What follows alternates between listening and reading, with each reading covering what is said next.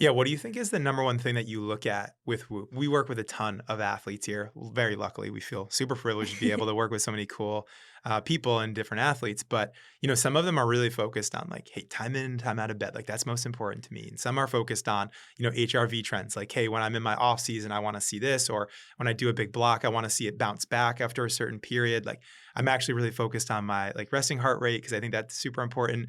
Or even using it for altitude and things like this. We see a Yeah. lot of people that want to see like a certain amount of time pass before they start to do any exercise at altitude, based off Whoop data, like, hey, we're going to go up there, we know we're going to be in the red, but then when we come back and get to some baseline, like we want to see before we even do even a lick of intensity, like we want to see some metrics come back to baselines. Yeah. What do you think is the number one thing that you use it for, or you love about it? Because I've got a lot of Whoop data here about you from journaling and other things, but I'm curious from your standpoint, like what do you look at most?